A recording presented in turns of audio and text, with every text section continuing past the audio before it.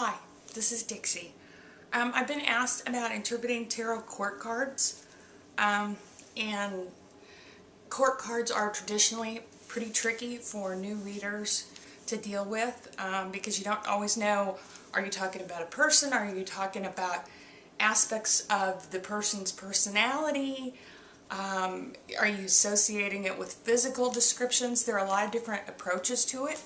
So I thought I'd take a few minutes and share with you a very easy to grasp approach on associations with the tarot court based on elemental associations.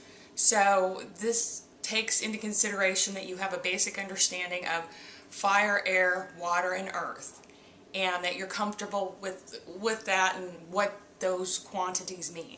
So it should be a good match for astrology students in particular. But anybody who's comfortable with the elements, this will get you a place to get started in interpreting tarot court and should make it easier for you. Okay? Let's get started. When you think of the court position of kings, you think about what their role is. The first thing that comes to mind is building their kingdom, creating their kingdom, and expanding their kingdom, right? Kings are the decision makers. They make edicts and make things show. Kings get things done. So the position of king is associated with the element of fire. And often the action we're talking about is outwardly directed. Kings make things happen in the real world. Queens are still powerful. It's still a powerful position, but their focus is more likely going to be on the internal affairs of the court, so it's kind of more of an inward focus. And with queens, a lot of times you'll expect them to kind of take care of some of the emotional needs of the court to some degree, maybe soften the king's approach. So when you're looking at the court position of queen, this is associated with water. More of a feminine, intuitive kind of feel.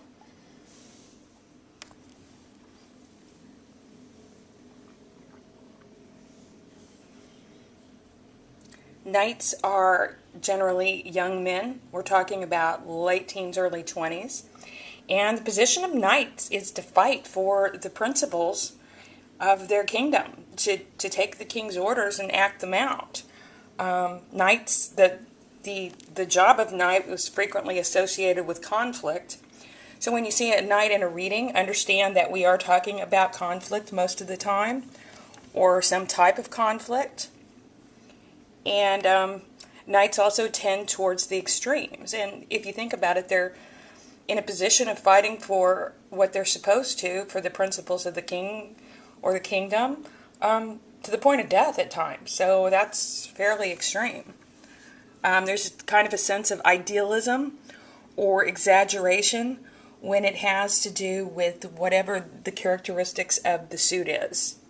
So knights you're looking at conflict, the extreme of the suits. And as such, knights are kind of detached from the actual suit itself in that regard. They're not directly calling the shots, but they are living them out in a sense.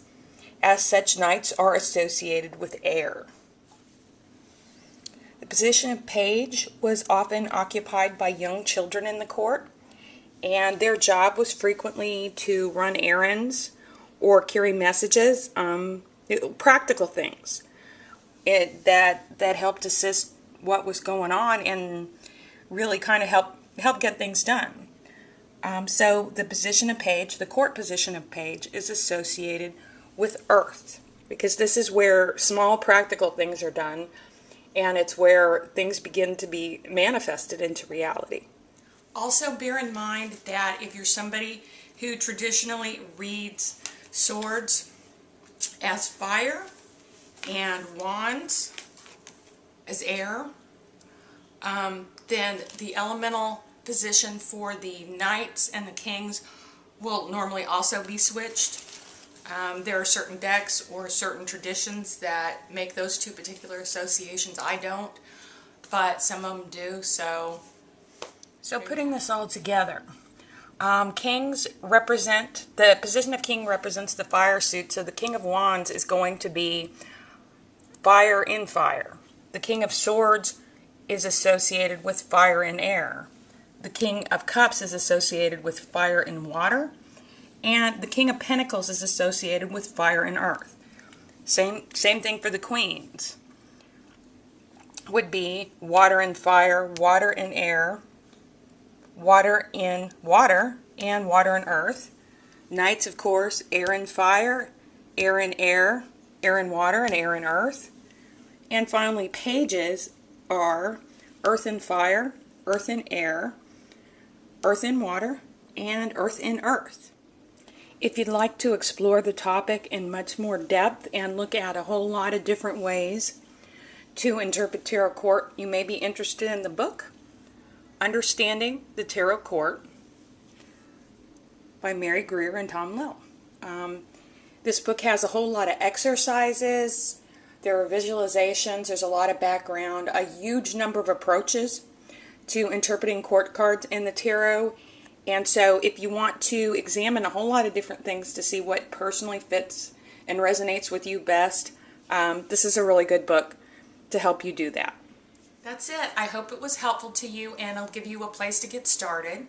And then always remember in your readings, in terms of what the court cards represent, are they actual people versus are they advice for the querent to follow, or are they specific elements of the situation or whatever?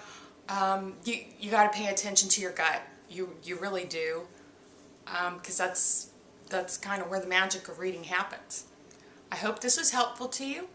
How do you feel about the tarot court? Let me know. Thank you so much, and this is Dixie signing off. Peace out.